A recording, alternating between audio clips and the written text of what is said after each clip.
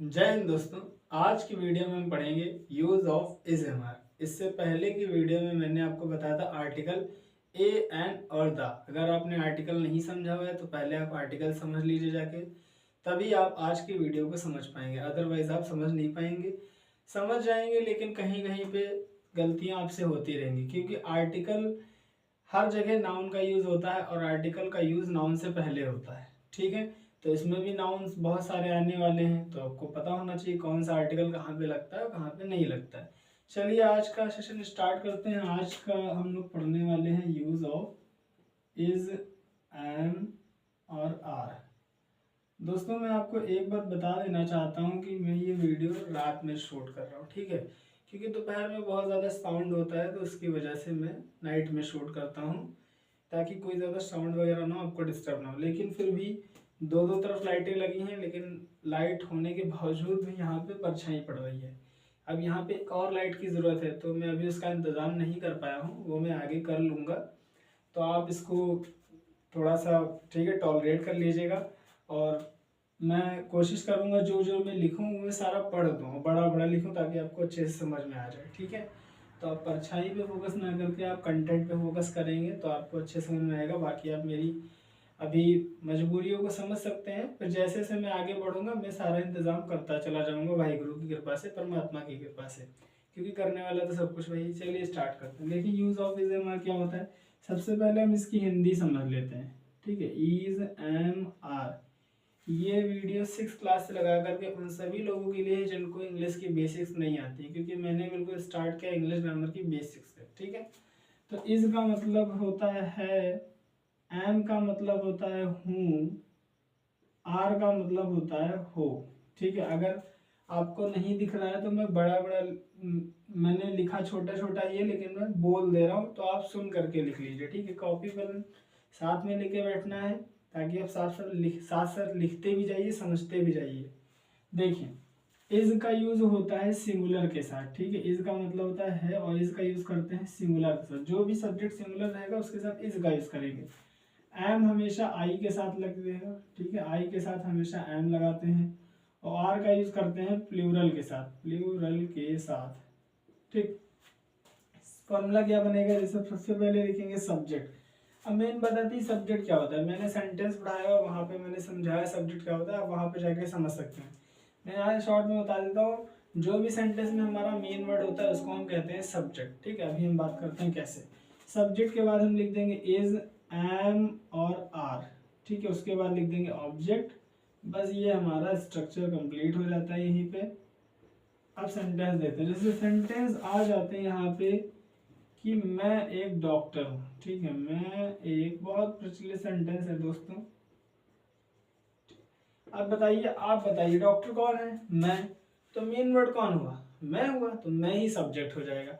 अगर मैं को हटा दो, एक डॉक्टर है, तो पता ही नहीं चलेगा कौन डॉक्टर है, बस इतना पता चलेगा एक डॉक्टर है। ठीक है, तो सब्जेक्ट नहीं पता चलेगा। तो इसमें डॉक्टर कौन है, मैं मेन वर्ड है। तो जो मेन वर्ड होता है सेंटेंस में वही हमारा सब्जेक्ट होता है। तो पहले इंग्लिश लिखेंगे मैं की, यानी आई, और आई के साथ हमेशा लगता है एम। अभी मैंने आपको बताया आई के साथ क्या लगेगा, एम लगेगा। ठीक है, तो हूँ भी, चाहे आप ऐसे भी देख सकते हैं कि हूँ की इंग्लिश भी होती है एम, तो हूँ के लिए एम आ गया, या फिर आई के लिए एम आता है तो आई एम। उसके बाद देखिए क्या, अब जो बचा हमारा इज एम आर यानी हेल्पिंग वर्ब। देखिए इसका मतलब स्लैश होता है।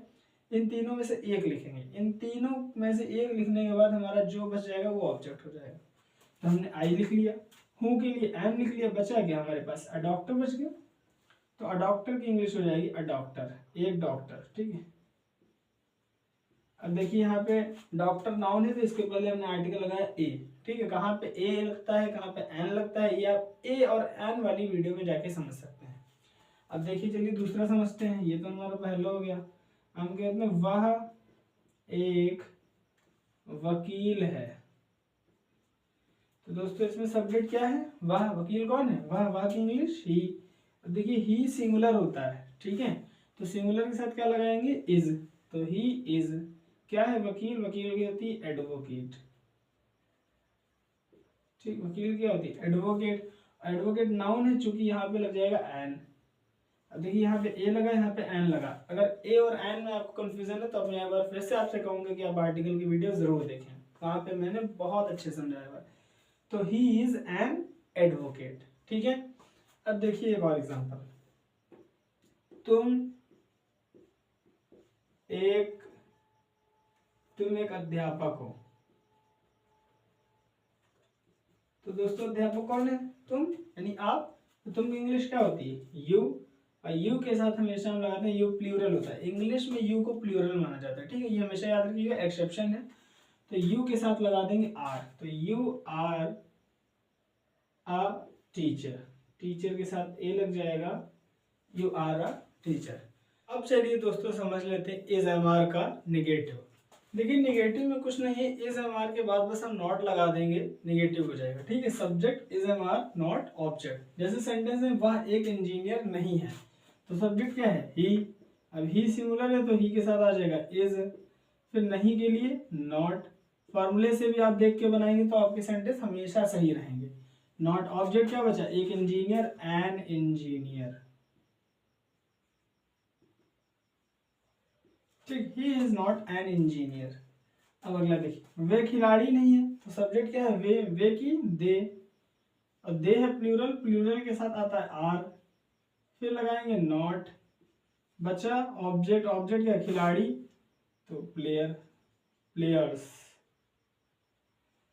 दोस्तों आप सोच रहे होंगे खिलाड़ियों तो लिखा नहीं, फिर मैंने प्लेयर्स क्यों लिखा? देखिए यहाँ पे सब्जेक्ट है दे, प्लूरल, तो वे तो एक लोग नहीं है, बहुत सारे लोग हैं, इसीलिए यहाँ पे हो जाएगा प्लेयर्स। भले यहाँ पे खिलाड़ियों नहीं लिखा हुआ है, कभी कभी चीजें लिखी नहीं होती लेकिन प्लूरल में ही होती है, हमें पहचानना होता है। ठीक है, ये आपको कई बार आगे करना पड़ेगा, ये इंग्लिश की खूबी है। तो दे आर नॉट प्लेयर्स। तो ये तो हो गया निगेटिव। आप ऐसे बहुत सारे सेंटेंस बना सकते हैं, मुझे लगता है आप बना लेंगे। फिर इंट्रोगेटिव देखिए। अब इंट्रोगेटिव में दो टाइप होता है, first type, second type. First type मतलब जो सेंटेंस क्या से स्टार्ट हो, जैसे क्या तुम एक डॉक्टर हो, क्या वह एक इंजीनियर है, क्या रोहन एक टीचर है। ठीक है, क्या आप एक पुलिस हो, क्या आप एक सिपाही हो। और एक होता है क्वेश्चन वर्ड। क्वेश्चन वर्ड मतलब क्या, कब, क्यों, कहाँ, कैसे, what, where, when, why, how. इनसे जब सेंटेंस स्टार्ट होते हैं तो इनको हम सेकंड टाइप के कहते हैं। जैसे तुम कौन हो, तुम पुलिस क्यों हो। ठीक है, रोहन कहाँ है, वह कौन है, वह पुलिस कौन है। ठीक है, इस तरह से। तो इस टाइप के जो सेंटेंस होंगे तो उनको हम सेकंड टाइप कहते हैं। ठीक है, तो मैंने यहाँ पे एक ही फॉर्मूला लिखा हुआ है, जैसे WH is am are subject not object. ठीक, जब फर्स्ट टाइप होता है तब हम हेल्पिंग वर्ब से बनाते हैं, तब उसमें क्वेश्चन वर्ड नहीं लगाते हैं, क्योंकि क्वेश्चन वर्ड है ही नहीं तो लगाएंगे किसे। तब हम केवल इज एम आर से बनाएंगे। लेकिन जब क्वेश्चन वर्ड आ जाएगा तो सबसे पहले क्वेश्चन वर्ड लिखेंगे, क्योंकि सारे क्वेश्चन वर्ड W से स्टार्ट होते हैं, what, where, when, why, how, which. तो इसीलिए उनको कहा गया WH फैमिली। ठीक है, तो यहाँ पे उसको समझने के लिए शॉर्ट फॉर्म में लिखते हैं WH, जिसका मतलब होता है क्वेश्चन वर्ड। तो क्वेश्चन वर्ड को हम पहले लिखेंगे यदि सेंटेंस में आएगा, उसके बाद हेल्पिंग वर्ब तो आनी ही आनी है, फिर सब्जेक्ट आएगा नॉट, फिर ऑब्जेक्ट। चलिए एक दो एग्जांपल से समझ लेते हैं कैसे ट्रांसलेट करेंगे। जैसे एक सेंटेंस है, क्या तुम एक खिलाड़ी, क्या तुम एक सिपाही हो। तो ये सेंटेंस क्या से स्टार्ट हुआ, इसमें कोई भी क्वेश्चन वर्ड नहीं। अगर क्या बीच में आ जाए तो उसकी इंग्लिश लिखते हैं व्हाट, लेकिन अगर क्या पहले आए सेंटेंस में तो उसकी कोई भी इंग्लिश नहीं होती है। लेकिन हाँ, बस वो एक इंट्रोगेटिव सेंटेंस है, क्योंकि क्वेश्चन पूछा जा रहा है, यस और नो के क्वेश्चंस होते हैं। तो क्या तुम एक सिपाही हो, तो यहाँ पे क्वेश्चन वर्ड तो है नहीं, तो इसका काम खत्म। यहाँ से सेंटेंस बनाएंगे और इन तीनों में से एक आएगा, और ये आते हैं सब्जेक्ट के अकॉर्डिंग। ठीक है, इस हमारे किसके अकॉर्डिंग आएंगे? सब्जेक्ट के अकॉर्डिंग आएंगे। और सब्जेक्ट हमारा क्या है? तुम मतलब यू होता है इंग्लिश में प्लूरल, तो लगा देंगे आर। सबसे पहले लिखेंगे आर, फिर लिखेंगे सब्जेक्ट माने यू, फिर नॉट इसमें है नहीं।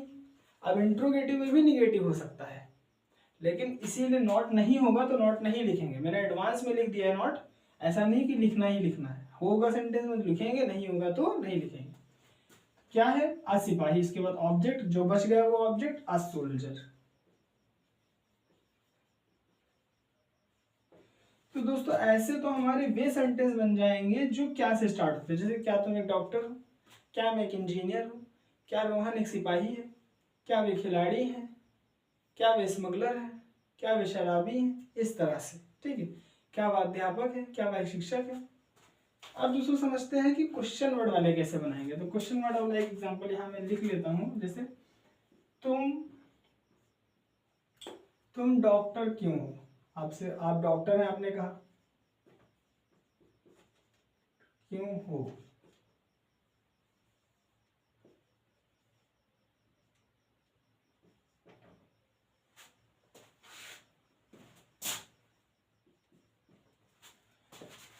आपसे किसी ने पूछा कि आप डॉक्टर हो, आपने कहा हाँ मैं डॉक्टर हूँ। फिर उसने अगला क्वेश्चन किया तुम डॉक्टर क्यों हो। तो इसमें क्यों जो है वर्ड है वो क्वेश्चन वर्ड है। तो सबसे पहले क्वेश्चन वर्ड आएगा क्यों। क्यों क्या होता है, वाई। अब फिर आएगी हेल्पिंग वर्ब। तो हेल्पिंग वर्ब क्या है, इसके अकॉर्डिंग। सब्जेक्ट, सब्जेक्ट क्या है, यू। तो यू के साथ आ जाएगा आर, मैंने अभी आपको बताया वाई आर। उसके बाद सब्जेक्ट आ जाएगा यू। अब नॉट तो है नहीं इसमें तो नहीं लगाएंगे, होता तो तुरंत लगा देते। नॉट इंट्रोगेटिव में हमेशा सब्जेक्ट के बाद आता है। तो why are you a doctor. तो इस तरह से दोस्तों इंट्रोगेटिव के सेंटेंस बन जाएंगे। जैसे आप कुछ एग्जांपल्स लिख सकते हैं, मैं बोल रहा हूं आप लिख लीजिए। क्या मैं एक अध्यापक, ठीक है। तुम एक अध्यापक क्यों हो, तुम कौन हो, हु आर यू। पूछते हैं आप, ये बहुत फेमस सेंटेंस आपने सुना ही होगा। रोहन एक इंजीनियर क्यों है, आप एक सिपाही क्यों है, आप एक सिपाही कब है, वह एक डॉक्टर कब है। ठीक, तो इस तरह से तुम कहाँ हो, वेयर आर यू। वह कहाँ है, वेयर इज ही। तो कहाँ से भी बना सकते हैं, ठीक, आप बना लीजिए चाहे तो। वह कहाँ है, तो कहाँ की इंग्लिश वेयर हो जाएगा। सब्जेक्ट हमारा वह है, ठीक है। सब्जेक्ट हमारा क्या है, वह है। तो वह सिंगुलर होता है, ही होता है, तो ही के लिए इज लगाएंगे और फिर ही सब्जेक्ट। देखिए question word, helping verb, subject. Subject के बाद कुछ है नहीं तो कुछ नहीं लिखेंगे। वेयर इज ही, तुम कहाँ हो, वेयर आर यू। मैं कहाँ हूँ, वेयर एम आई। ठीक है दोस्तों, आई होप आप इस पूरे वीडियो लेक्चर को समझ गए होंगे। ये था आपका use of is am are, जो कि हम कंप्लीट कर चुके हैं। अब ऐसे बहुत सारे सेंटेंस होते हैं जो आप बना सकते हैं, जैसे मैं एक अध्यापक हूँ, मैं एक इंजीनियर हूँ, मैं एक साइंटिस्ट हूँ, I am a scientist, I am a teacher, I am a doctor, I am a, कुछ भी मतलब आप बना सकते हैं। I am a police, you are a police, ठीक है। He is a police, he is an engineer, okay. He is a scientist, Rohan is a scientist, you are a police, ठीक है। you are a soldier, Mohan is a soldier। आप कुछ भी बना सकते हैं इस सब्जेक्ट को चेंज करके। बाकी आप कोई भी नाम रख दीजिए। आपको कहना है वह एक चोर है, he is a thief, वह एक ईमानदार है, he is honest, ठीक है। आपको कहना वह एक ईमानदार लड़का है, he is an honest boy, he is an honest boy, ठीक है। आप एक अच्छे इंसान, you are a good person, ठीक है। तो इस तरह से दोस्तों हम बहुत सारे सेंटेंस बना सकते हैं, ठीक। आप 4th, 5th, 3rd क्लास के अगर बुक उठाएंगे तो आपको मिल जाएगा use of is am are, और वहाँ पे इसकी आपको एक्सरसाइज मिल जाएगी। तो अगर आपको वहाँ पे एक्सरसाइज ना मिले तो आप कमेंट करिएगा, मैं आपको नेक्स्ट वीडियो में एक्सरसाइज भी प्रोवाइड कर दूंगा। और आप गूगल पे भी सर्च कर सकते हैं, या फिर आप उन बुकों को उठाइए, वहाँ पे आपको बहुत सारे सेंटेंस मिलेंगे, आप उनको ट्रांसलेट करिए, ठीक है। मैंने जो आपको पढ़ाना था basics use of is am are का, वो मैंने आपको समझा दिया है। इसकी नेक्स्ट वीडियो में हम समझेंगे use of was were. Thank you दोस्तों, आज के लिए इतना ही। जय हिंद।